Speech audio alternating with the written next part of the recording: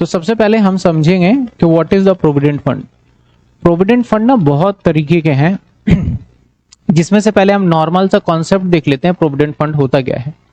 जैसे मान लो कि एक एम्प्लॉयर, यानी जहां पे आप जॉब करते हो, सपोज करो आप इस फैक्ट्री है ये, और ये फैक्ट्री या मान लो या ऑफिस मान लो, यहां पे आप जॉब करने जाते हो। ये मान लो एम्प्लॉय है और यहां पे एम्प्लॉयर है, ठीक है। एक एम्प्लॉय जो है वो कहीं भी किसी भी ऑर्गेनाइजेशन, चाहे प्राइवेट हो चाहे आपका गवर्नमेंट ऑर्गेनाइजेशन हो, जॉब करता है। और आप अच्छे से जानते हो कि जॉब जो करते हैं सेक्शन 28 टू सेक्शन 38(6), ठीक है। तो आप सभी जानते हो कि जो आपका ये एम्प्लॉय है और आप हो एम्प्लॉयर, तो आप जब काम करोगे तो एटलीस्ट 60 साल तक उम्र तक आपको काम करने की परमिशन है। 60 साल में देखा जाए तो आप अपने जीवन का पूरा लाइफ, क्योंकि अगर मैं 60 के बाद आपको बोलूं कि कुछ अचीवमेंट करने के लिए या कुछ करने के लिए, तो 1% की बात नहीं कर रहा, जो कि हो जाता है, कुछ कर भी लेते हैं।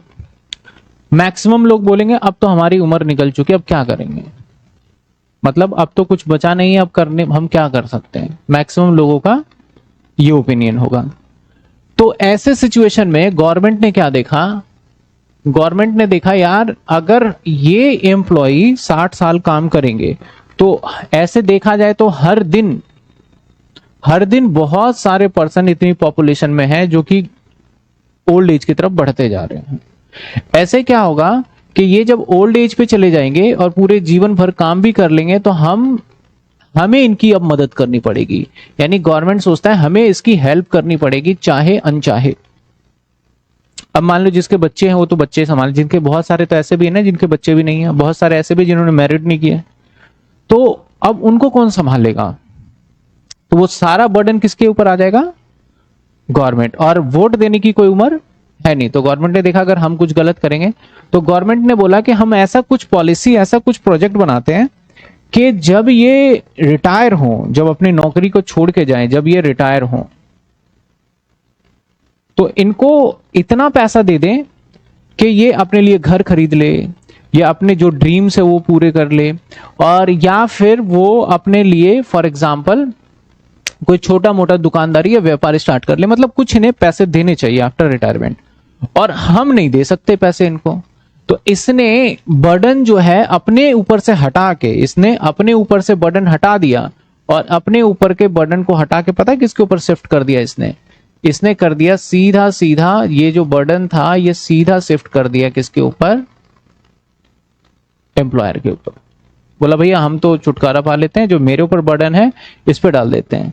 एक रूल बना दिया कि भाई ऑफिस वालों, एक एम्प्लॉय है और वो एम्प्लॉय तुम्हें अपने जीवन का सारा टाइम दे रहा है, तो इसलिए आपको तुम्हें पूरे जीवन तो ख्याल रखना ही रखना है इसका, और इसके बच्चे का, इसके बीबी का, सबका ख्याल रखना है। और इसके जब रिटायरमेंट होगा, रिटायरमेंट के बाद भी तुम्हें इसका ख्याल रखना पड़ेगा। और वो कैसे रखना पड़ेगा, वो आप इसको एक हैंडसम अमाउंट, एक अच्छा खासा अमाउंट देंगे, एक अच्छा खासा अमाउंट देंगे, और जो अमाउंट हम आपको देंगे उस अमाउंट से वो कोई बिजनेस कर ले, और साथ के साथ हर महीने आपको एक पेंशन के रूप में कुछ पैसा मिलता रहे, जिससे आप ओल्ड एज के टाइम पे आपका जीवन चल पाए। कुछ ऐसा दिमाग लगाया। तो इसने बोला कि भाई देख मैं तेरे को बताता हूं, जितनी सैलरी है इसकी, अगर इसकी सैलरी मान लो 10,000 है, इसकी सैलरी 10,000 है, तो बोला कि अभी इसे 10,000 दोगे तो ये खा पी के खत्म कर देगा। अगर ये 25 साल की उम्र में है या 27 साल की उम्र में है, तो उस टाइम पे इसके पास पैसे बचने के चांसेस बड़े कम हैं। कोई मुसीबत आएगी खर्च कर लेगा। तो एक काम करो, इसको 10,000 मत दो, इसमें से सपोज करते हैं कि इसमें से तुम ना 1,000 रुपए काट लो, और इसको पता है कितने दो, इसको 9,000 ही दो। तो जो इसको 10,000 देने थे वो यहां तक पहुंचते पहुंचते 10,000 नहीं, अब एम्प्लॉय के हाथ में कितने जाएंगे, 9,000। और एम्प्लॉय को ऐसे बोलो कि भाई देखो तुम्हें 10,000 मिलते, 1,000 रुपए तुम्हारे लिए हम जमा कर रहे हैं पीएफ के अंदर। किसको? उसका नाम दिया गया, गवर्नमेंट ने एक संस्था बनाया जिसका नाम दिया गया, वैसे तो एम्प्लॉय प्रोविडेंट फंड होता है, इसको बोला गया हमारा प्रोविडेंट फंड। इसको क्या बोला गया? हमारा प्रोविडेंट फंड। बोला ऐसे बोलना उसको, प्रोविडेंट फंड में तुम्हारे 1,000 जमा हो गए और जब तुम चाहो तो निकाल सकते हो। ऐसा नहीं है कि आप रिटायरमेंट पे निकालोगे, जब चाहो निकाल सकते हो, लेकिन आफ्टर रिटायरमेंट निकालना तुम्हें ढेर सारा पैसा मिलेगा ब्याज के साथ। तो ऐसे क्या करता है, एम्प्लॉय भी लालच में आ जाते हैं। लेकिन एम्प्लॉय बोलता है यार तुम मेरे पैसे मुझे दे रहे हो, तो गवर्नमेंट ने बोला कि भैया ये मान रहे हैं, इसको मनाने के लिए थोड़ा सा और इनको कुछ देना पड़ेगा। तो एम्प्लॉयर को बोला भाई तुम एक काम करो, तुम अपने जेब से भी यहां 1,000 दो। तो जब 2,000 बोलोगे ना कि तुम्हारे कटे 1,000, लेकिन तुम्हारे नाम से जमा कितने हो गए? 2,000। तो एम्प्लॉय बोलेगा ये बढ़िया है, तुम 1,000 की जगह 1,500 काट लो। अब फिर 1,500, फिर तुम भी कितने डालोगे? तो कितने हो जाएंगे? 3,000। बहुत सारे एम्प्लॉय तो ऐसे बोलते हैं मेरी सैलरी रख लो, अब मत दो मुझे आप, क्योंकि उसका डबल होने का चक्कर है। तो ऐसे ही यहां पे भी तो गवर्नमेंट ने बोला भाई तुम सारी सैलरी कटवा दो, इसमें कोई दिक्कत नहीं है। आप बोलो तो बोलो 10,000 तो आप जमा कर सकते हो, लेकिन एम्प्लॉयर के ऊपर ऐसा थोड़ी है 10,000 मिलाएगा। एम्प्लॉयर को मैक्सिमम लिमिट दिया कि तुम 12% से ऊपर दे ही नहीं सकते। कितना लिमिट रख दिया? मतलब 10,000 सैलरी है तो तुम 1,200। अब इसने क्या करा, 10,000 जमा करा दिया। तो एम्प्लॉयर 10,000 जमा कराने के लिए लायबल नहीं है। कितना जमा कराएगा? 1,200। अगर एम्प्लॉयर अपनी खुशी से बोलता है मैं तो 1,500 जमा करा रहा हूं, तो जो 300 रुपए एक्स्ट्रा उसने जमा कराया वो टैक्सेबल कर देंगे वो गवर्नमेंट। तो सबसे पहली बात तो जो प्रोविडेंट फंड में जमा होगा पैसे, उसके अंदर दो लोगों के पैसे हैं। एक तो आपका ये वाला पैसा किसका है? आपका एम्प्लॉय का। और ये वाला पैसा किसका है? एम्प्लॉयर का। और दोनों जो अमाउंट डिपॉजिट करते हैं वो कितना अमाउंट डिपॉजिट करते हैं? इक्वल। वो कितना अमाउंट डिपॉजिट करते हैं? और गवर्नमेंट कहती है कि इस पैसे को आप उठाओ और इस पैसे को जमा कर दो यहां पे 1,000 और प्लस 1,000 यहां जमा कर दो। और जब आप ये भी किसकी संस्था है? ये गवर्नमेंट की संस्था है, ईपीएफ। और जब आप यहां पे जमा करोगे तो हम इसके ऊपर आपके पैसे तो संभाल के रखेंगे ही रखेंगे, और प्लस आपको 9.5% के हिसाब से सालाना हम आपको ब्याज भी देंगे। कौन देगा? हमारा प्रोविडेंट फंड। तो अब देखो डबल फायदे हो गए आपके एक तो पैसे भी जमा हो रहे हैं। अब क्या करेंगे वो? मान लो आपका 1 करोड़ रुपए जमा हो जाता है, पूरे 1 करोड़ रुपए जमा हो गए। और 1 करोड़ जमा होने के बाद वो आपको क्या करेंगे? सपोज करो आपकी उम्र 60 साल हो गई, तो वो आपका अंदाजा लगा लेते हैं कि 60 के बाद उम्र कितनी रहती है? 80 मैक्सिमम। 80 क्या है? मैक्सिमम। कोई निकल जाए 100 साल अलग बात है, नहीं तो लोग तो 61-62 में ही निकल लेते हैं। ठीक है, तो उन्होंने क्या हिसाब लगाया कि भैया 1 करोड़ रुपए इनका टोटल जमा हो गया। मैंने तो छोटा अमाउंट लिया। भैया आप कितने साल जमा कर रहे हो? आप 20 साल की उम्र से नौकरी पे, 22 साल की उम्र से नौकरी पे लग जाते हो, 22 साल से, और 22 से 60 यानी 40 साल, लगभग 38 से 40 साल। और हर महीने आप 2-2 हजार जमा कर रहे हो, 40 साल तक जमा कर रहे हो, इसके ऊपर कंपाउंड इंटरेस्ट लग रहा है, तो बहुत सारा पैसा बन जाता है ये। और अब जब आप रिटायर हुए तो आपको कितना दे दिया इन्होंने? सपोज करो 1 करोड़ रुपए दे दिया। ये लो 1 करोड़ का 50 लाख रुपए दे दिया। तो आप भी खुश हो गए, चल यार ठीक है, अब इकट्ठा अमाउंट आया 50 लाख, इससे हम कुछ कर सकते हैं। और उस 50 लाख का इनका पेंशन बना दिया जाता है कि हर महीने देंगे और हर महीने और देंगे तुम्हें। तो आपको क्या लगता है? यार बढ़िया है यार, हर महीने मिल रहे हैं। लेकिन यहाँ पे जब हर महीने गवर्नमेंट आपको देती है ना, तो गवर्नमेंट का बड़ा फायदा होता है। अगर आप 20 साल का उन्होंने टेन्योर निकाला, 20 साल के हिसाब से सब हिसाब किताब लगाया, अगर आप 18 साल जीते हो तो 2 साल का तो गवर्नमेंट को क्या हो गया? बेनिफिट हो गया। अगर आप 22 साल जी जाते हो तो गवर्नमेंट का 2 साल का नुकसान होगा। यहाँ पे ज्यादातर केस में पेंशन योजना में गवर्नमेंट का क्या होता है? हमेशा फायदा होता है, क्योंकि वो आपके पैसे को किस्तों में दे रहा है। आप समझो ना, अगर आप 10,000 रुपए महीने कमाते हो, 10,000 रुपए महीने, तो साल के कितने हो गए? 1,20,000। और 10 साल के कितने हो गए? 1,20,000 से जोड़ो तो 10 से जमा करोगे तो 12 लाख रुपए, यानी 12 लाख रुपए आपको हर महीने 10-10 हजार मिल रहे हैं। और इसी तरीके से आपको अगर 20-20 हजार देने तो 24 लाख रुपए। अगर मैंने आपके 20-25 लाख रुपए रोक लिए और आपको 20-20 हजार दे रहा हूं तो आपको अच्छा लग रहा है, राइट? और आपको 20 सालों के लिए आपको क्या मिलेगा? 10 सालों के लिए 20-20 हजार मिलेगा। लेकिन अगर 5 साल में डेथ हो जाती है तो गवर्नमेंट का सीधा वो जो 5 साल के पैसे रख के बैठी थी वो तो सारा, ऐसा कभी नहीं होगा कि हमने 10 लाख रुपए बचाए थे और सोच रहे थे 10-10 हजार 5 सालों तक देंगे, और अब 2 साल में आपके यहां से रिलेटिव जो है आपके ये नहीं रहे तो 5 साल तो नहीं ले पाए, तो ये लीजिए 5 साल का। ऐसा कभी भी नहीं होता है। तो यहां पे गवर्नमेंट ने इस हिसाब से देखा, तो अब आप क्या देख रहे हो, इसका प्रोटेक्शन करा है गवर्नमेंट ने। किसका प्रोटेक्शन किया है यहाँ पे? एम्प्लॉय का। अब एम्प्लॉय क्या हो गया, थोड़ा सा निश्चिंत हो जाता है कि यार ठीक है, जो कमा रहे हैं खा रहे हैं खा रहे हैं खा रहे हैं, और एक हिम्मत बनी रहती है कि मुझे पेंशन भी मिलेगा और एक पीएफ भी आएगा। अब यहां पे बेचारा एम्प्लॉयर फंस जाता है। एम्प्लॉयर के ऊपर एक्स्ट्रा बर्डन आया, आया ही नहीं आया? क्या बर्डन आ गया एक्स्ट्रा? अपनी जेब से एक्स्ट्रा लगाना पड़ा, प्लस एम्प्लॉयर को सारे डॉक्यूमेंटेशन करने पड़ जाएंगे। अब आप देखोगे कोई आप में से जॉब कर रहा होगा, सर हमारा तो पीएफ नहीं कटता, तो इसके भी रूल है कि अगर 20% और मोर जहां पे होगा एम्प्लॉय, 20 से ज्यादा परसेंट, वहीं पे पीएफ एप्लीकेबल होता है, और 20% से जहां कम होगा, सॉरी 20% से जहां कम होगा वहां पे नहीं होगा। इसके रूल हैं आपके, आप वो लॉ में पढ़ते हो, इंडस्ट्रियल लॉ के अंदर, with aid of the power, without aid of the power, किस किस कंपनी पे पीएफ एप्लीकेबल होगा, किस पे नहीं होगा, वो देखोगे। और अपनी मर्जी से तो आपके पास अगर एक एम्प्लॉय है तो उसका पीएफ काट के आप जमा करा सकते हो अपने आप को रजिस्ट्रेशन करा के। अब चैलेंज क्या आया कि इस कंपनी को हर बार डिपॉजिट करना पड़ता था किसके पास? एक गवर्नमेंट का। गवर्नमेंट हमारा जो है ना 1952 पीएफ एक्ट है, ईएसआई एंड पीएफ एक्ट है जो बना था, इस कानून के अंडर वो क्या करते हैं, यहां पे पैसे जमा कराते हैं। अब जब यहां पे पैसे ये जमा करा रहे हैं तो सरकार इसको ब्याज कितना दे रही है? सिर्फ 9.5%। लेकिन यहां पे इस एम्प्लॉयर ने क्या करा, बड़ा टेंशन ले लिया यहां पे कि भैया ये तो हर बार जाओ रिटर्न फाइल करने, और यहाँ का कोई भी ऑफिसर आ जाता था, दिन भर बैठा रहता था, ये फाइल दिखाओ, एम्प्लॉय की ये रसीद दिखाओ, पीएफ काट रहे हो, बड़ा परेशान सा टाइप का करता था। तो एम्प्लॉयर ने फैसला किया, यार मैं अब ना ये जो पीएफ ऑफिस में पैसे जमा ही नहीं करूंगा, मैं अपने पास ही जमा कर लेता हूं, और मैं लास्ट में वैसे ही दे दूंगा जैसे पीएफ ऑफिस दे रहा था। तो गवर्नमेंट ने कहा ऐसा नहीं कर सकते, आपको अपने पास जमा करना है, हम मना नहीं करेंगे, करिए, लेकिन हमारे से बेहतर कुछ करिएगा तभी देंगे आपको। यानी ये 9.5% दे रहे हैं, तो गवर्नमेंट ने कहा अपने पास करना है, आप 10 दे दीजिए एम्प्लॉय को।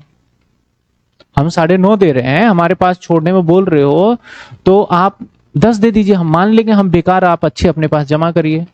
और फिर हमारा 1% हर महीने या 6 महीने में आपके यहाँ विजिट करके चला जाएगा कि आप पैसे को कहीं इधर उधर खर्च तो नहीं कर रहे। पता लगा आपने 20 सालों तक एम्प्लॉय को अपने पास काम करवा लिया, काम करवाने के बाद लास्ट में पता चला कंपनी बंद हो रही है और उसके पीएफ का पैसा भी उड़ा दिया, तो वो चेक करेंगे। तो अब यहां पे 2 तरीके का पीएफ निकल के आ गया, एक जिसको मैंने रजिस्ट्रेशन करवाया इस एक्ट के अंदर और वहां जमा करवा रहा हूं, और एक वो हो गया जिसको मैंने रजिस्ट्रेशन नहीं कराया, मैं अपने पास ही जमा करवा रहा हूं। तो पीएफ के अगर टाइप पूछे जाए तो एम्प्लॉय प्रोविडेंट फंड के 2 टाइप हो गए, एक रिकॉग्नाइज्ड प्रोविडेंट फंड, एक अनरिकॉग्नाइज्ड प्रोविडेंट फंड। यानी एक रजिस्टर्ड प्रोविडेंट फंड, एक अनरजिस्टर्ड प्रोविडेंट फंड। और पीएफ में किस किस का पैसा होता है? एक एम्प्लॉयर का होता है, एक, और जब रिटायरमेंट होगा तो ये पैसे सारे इकट्ठे मिलेगा, एक बार में सारा का सारा पैसा आप निकाल सकते हो, बीच में भी निकाल सकते हो आपके जरूरत के हिसाब से। तो अगर मैं बोलूं प्रोविडेंट फंड,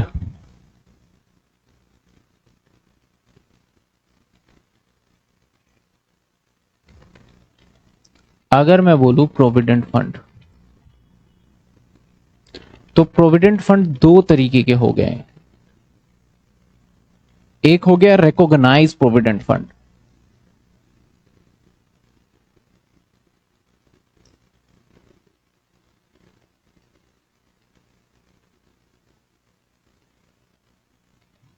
एक हो गया रिकॉग्नाइज प्रोविडेंट फंड, एक हो गया अनरिकॉग्नाइज प्रोविडेंट फंड।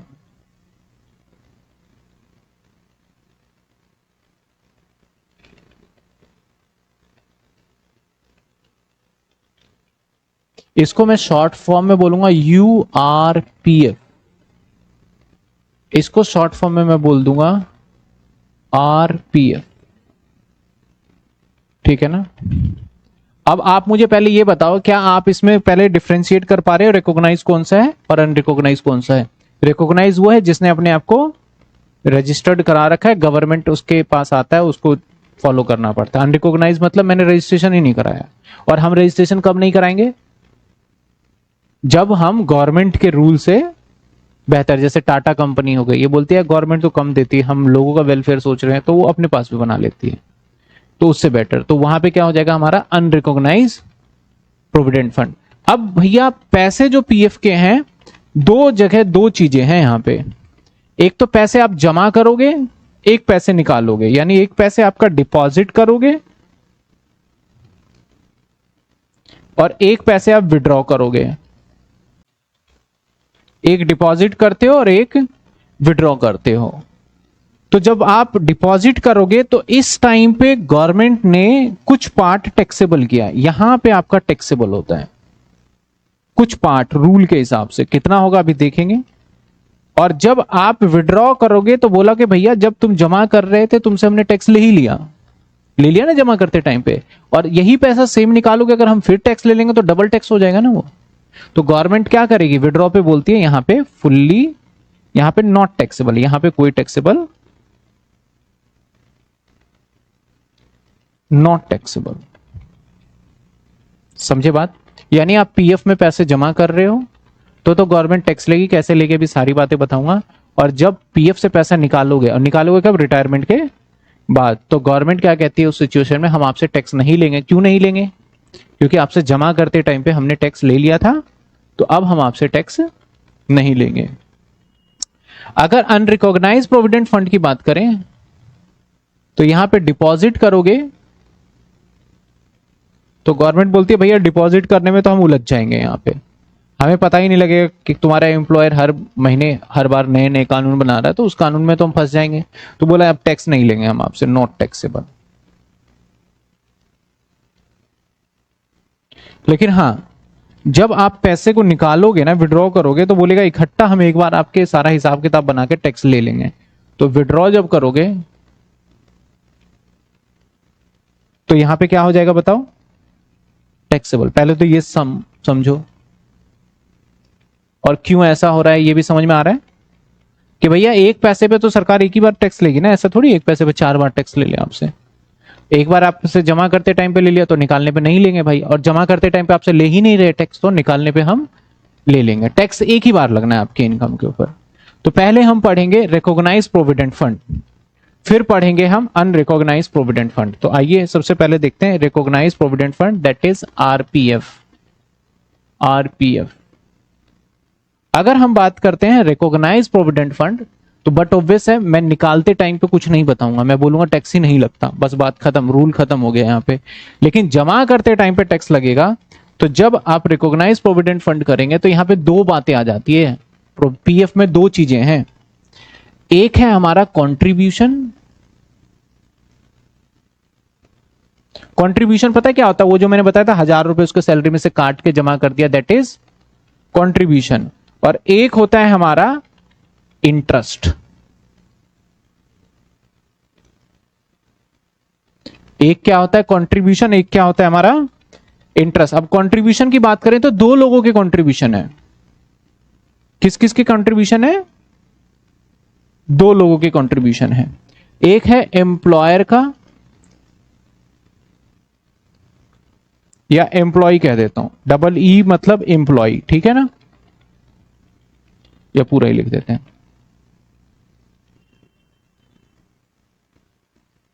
एक हो गया हमारा एम्प्लॉय, एक हो गया एम्प्लॉयर।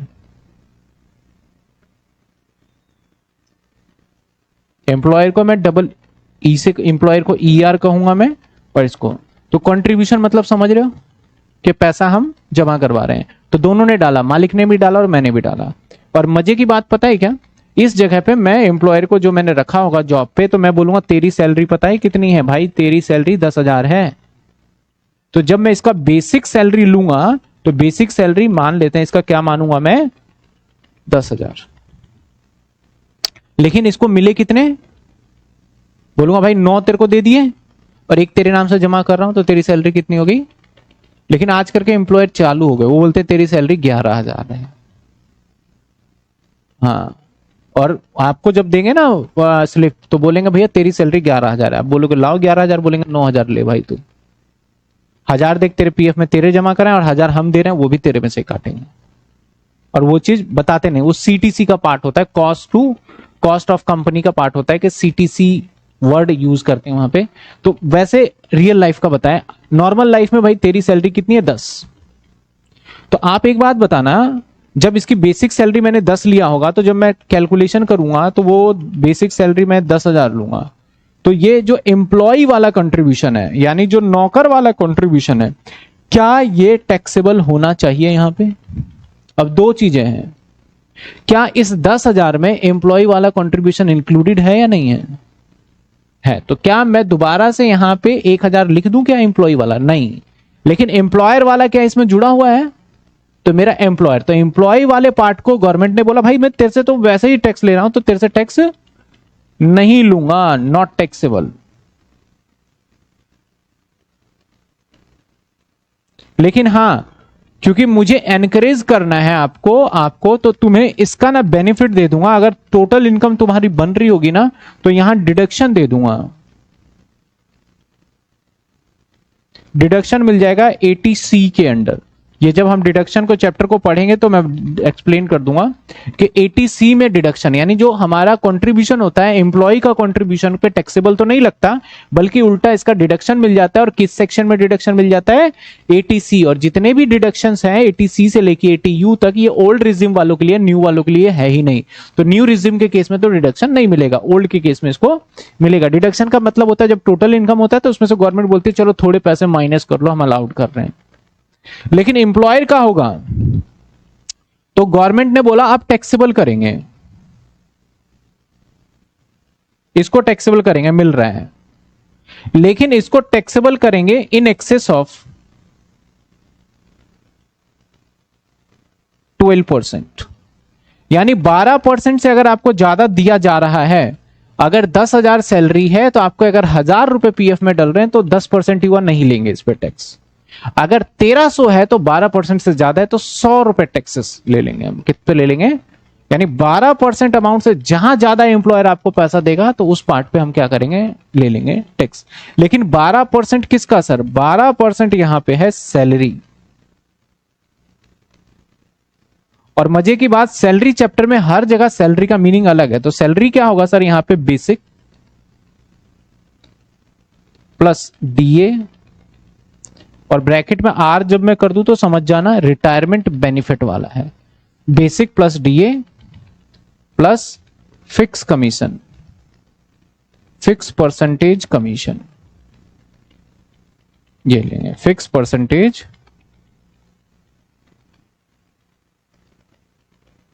कमीशन।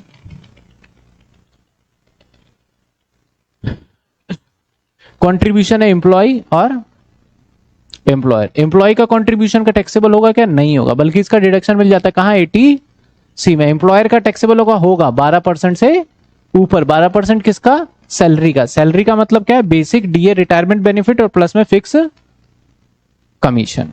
और बोला सर जो इंटरेस्ट मिलेगा, हाँ इंटरेस्ट भी तो आपका फायदा है ना, इंटरेस्ट भी आपका फायदा है। तो इंटरेस्ट भी सैलरी का ही पार्ट माना जाएगा और इंटरेस्ट भी टैक्सेबल हो जाएगा।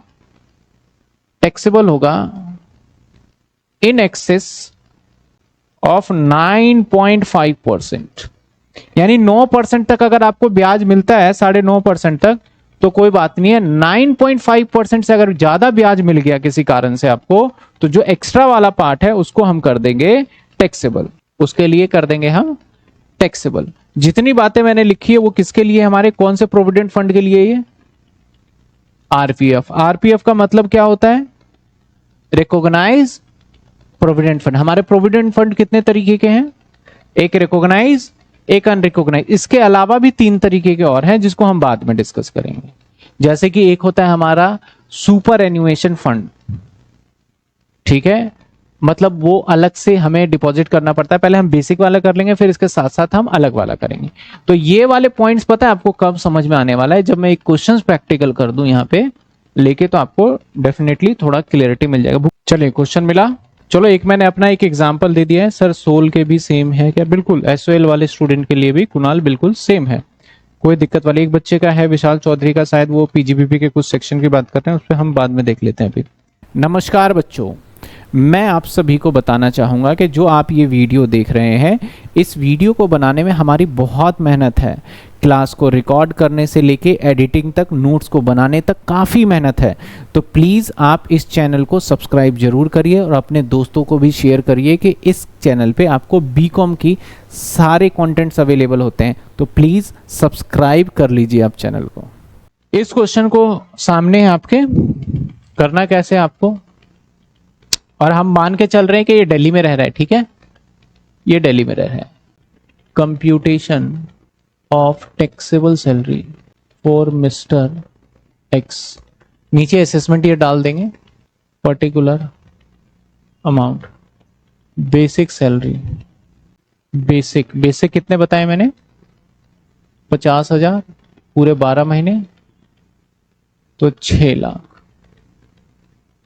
डियरनेस अलाउंसेस, डीए, और ये सारा ब्रैकेट में आर लिखा है तो रिटायरमेंट बेनिफिट वाला है, तो 10,000 इंटू में 12। इसके बाद HRA, हाउस रेंट अलाउंस, मैं एक कॉलम और ड्रॉ कर देता हूं यहां ओल्ड और न्यू के नाम से।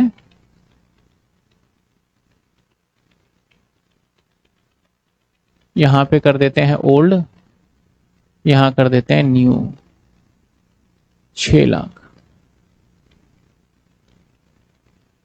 HRA 10,000 पर मंथ, यानी HRA मिला 1,20,000। न्यू में तो भैया सीधा 1,20,000 क्या हो जाएगा, टैक्सेबल। लेकिन ओल्ड में सीधा टैक्सेबल नहीं होता, आपको याद होगा पिछली क्लासेस ली आपने।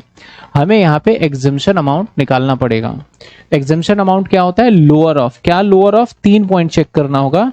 नंबर 1 एक्चुअल रिसीव, नंबर 2 10 आपका रेंट पेड माइनस में 10% of salary, number 3 50% of salary. जो तीनों में से कम होगा उसको एग्जेम्प्ट कर देंगे। तो आइए इसका निकाल लेते हैं एक बार। वर्किंग नोट, वर्किंग नोट किसका, HRA का। पहला एक्चुअल रिसीव, तो दैट इज 1 लाख। फिर रेंट पेड, रेंट पेड कितना लिखा है मैंने ब्रैकेट में, देखो मैंने लिखा था 6,000, तो 6,000 और इंटू में 12 इंटू 12, माइनस करेंगे हम सैलरी का कितने परसेंट, 10%। यहां पे सैलरी का मीनिंग होगा basic plus DA retirement, commission है नहीं तो उसे छोड़ देंगे। तो बेसिक कितना था, 6 लाख, और डीए था 1 लाख, यानी टोटल सैलरी बन गया 7 लाख। तो यहां माइनस कर देंगे 7,20,000 का कितना होता है, 72,000। 7,20,000 का कितना होता है, 72। तो ये कितना आ गया हमारा, 0, ठीक है। और पहला पॉइंट ये हो गया, दूसरा पॉइंट ये हो गया, तीसरा पॉइंट क्या था हमारा, 50%। तो किसका, 7,20,000 का। तो ये आ गया 3,10,000, 3,60,000, 360। अब जो इन तीनों में से कम होगा ना वो माइनस कर देंगे, यानी वो क्या मिल जाएगा हमें, एग्जेम्पशन। अब तीनों में से कम क्या आ रहा है हमारा, 0। तो यहां पे एग्जेम्पशन हमारे सवाल में नहीं मिलेगी। अगर मैं लेस एग्जेम्प्ट करूं तो कैलकुलेशन के बाद पता चला भैया माइनस नहीं हो सकता, दैट इज यहां पे बन जाएगा हमारा। हाँ, मैं सैलरी थोड़ा रेंट बढ़ा दूं ना, जैसे कि 7,000 कर दूं तो निकल के एक अमाउंट आ जाएगा, ठीक है ना। तो ये आ गया हमारा 1,20 इसका भी। इसके बाद है city compensatory allowances. City compensatory allowances ये एक ऐसा अलाउंसेस है जो कि एग्जामिनर बार बार पूछ लेता है, और इस अलाउंसेस में बच्चा सोचता है कि यहाँ पे कितना था, 300 था, 200। भैया सिटी कंपनसेटरी अलाउंसेस हमेशा फुल्ली टैक्सेबल वाला पार्ट होता है। तो इस केस के अंदर आपको 300 रुपए पर मंथ दिया जा रहा है, तो 300 इंटू में 12, ये कितने हो जाएंगे, 3,600 और 3,600। चिल्ड्रन एजुकेशन अलाउंस है, चिल्ड्रन एजुकेशन अलाउंस। तो सर यहां पे 2 बच्चों के लिए 300 दिया जा रहा है, तो 300 इंटू में 12 कितने मिले आपको, एग्जेम्पशन कितना है, 2 बच्चों के लिए 200 इंटू में 12 यानी 2,400। तो टैक्सेबल कितना हो गया, 1,200 यहां। लेकिन ओल्ड वाले केस में, न्यू वाले केस में बोलता है भैया आपको पूरे कितने टैक्सेबल होगा, 3,600 रुपए।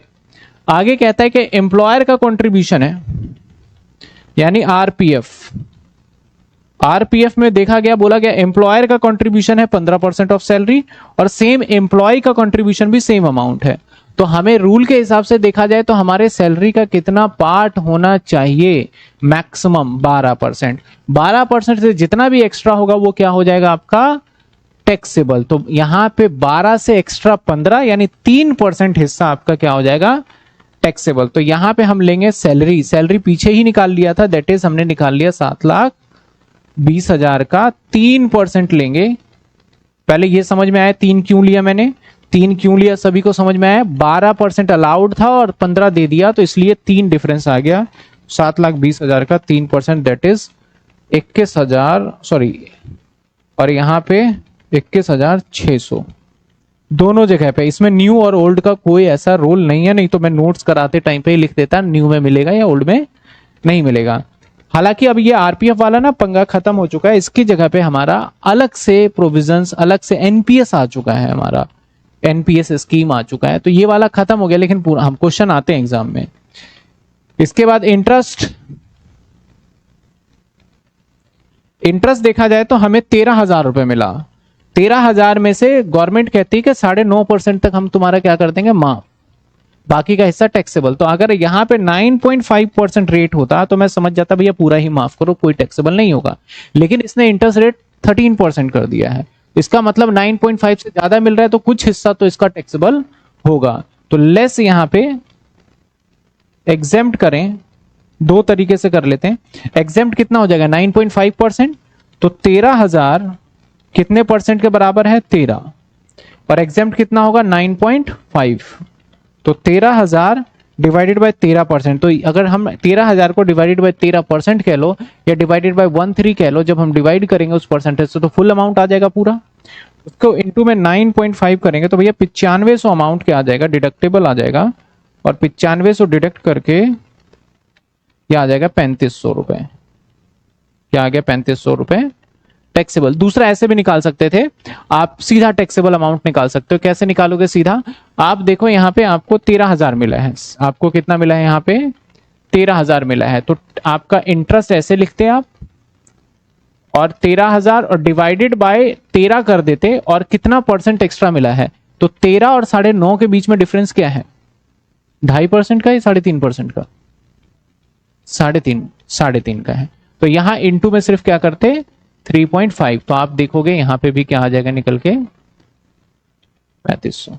या तो आप इस स्टाइल में दिखा दीजिए, सीधा पार्ट टैक्सेबल कर दीजिए, या फिर आप क्या करिए पहले पूरा अमाउंट लिखिए, उसमें से इतना पार्ट एग्जेम्प्ट हो जाएगा 9.5, बाकी पार्ट क्या कर दीजिए आप टैक्सेबल कर दीजिए। तो मेरे हिसाब से अब आप आरपीएफ का आपको थोड़ा सा फंडा समझ में आ रहा होगा कि आरपीएफ की कैलकुलेशन हम कैसे निकालेंगे।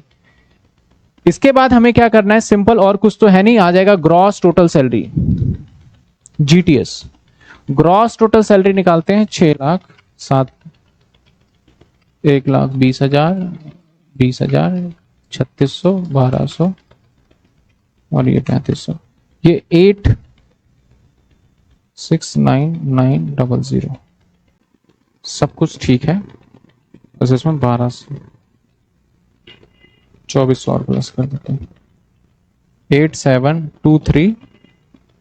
लेस क्या कर दोगे बताइए, लेस क्या कर देंगे डिडक्शन। डिडक्शन कितना है हमारा, कितने परसेंट, 50,000 है इसी का, और ये ओल्ड में भी और न्यू में माइनस करिए तो ये आ जाएगा 819 और ये आ जाएगा 822, ये आ जाएगा टैक्सेबल सैलरी। अब इसके ऊपर स्लैब रेट लगता है कि आपको कितना टैक्स देना है और कितना नहीं देना है। तो इस तरीके से हम निकालेंगे इसके कुछ कैलकुलेशन। पहले यहां तक देखिए, फटाफट कमेंट में जवाब दीजिए, यहां तक आपको क्लियर है या फिर नहीं है। मैं थोड़ा सा एग्जाम्पल चेंज करना चाहूंगा पहले क्लियर करने से पहले, क्योंकि जो मेरे मन में सवाल है वो मैं पूछ लूं। कई बार एग्जामिनर थोड़ा सा सवाल बदल सकता है, और बदल ये सकता है इस 15,000 की जगह पे आपको थोड़ा सवाल बना लिया जाए, आपको दे दे सपोज 1,08,000। कितना दे दिया, 1,08,000 दे दिया। अब 1,08,000 दे दिया यहां पे, तो अब हमारा पूरा का पूरा क्वेश्चन सिनेरियो देखा जाए।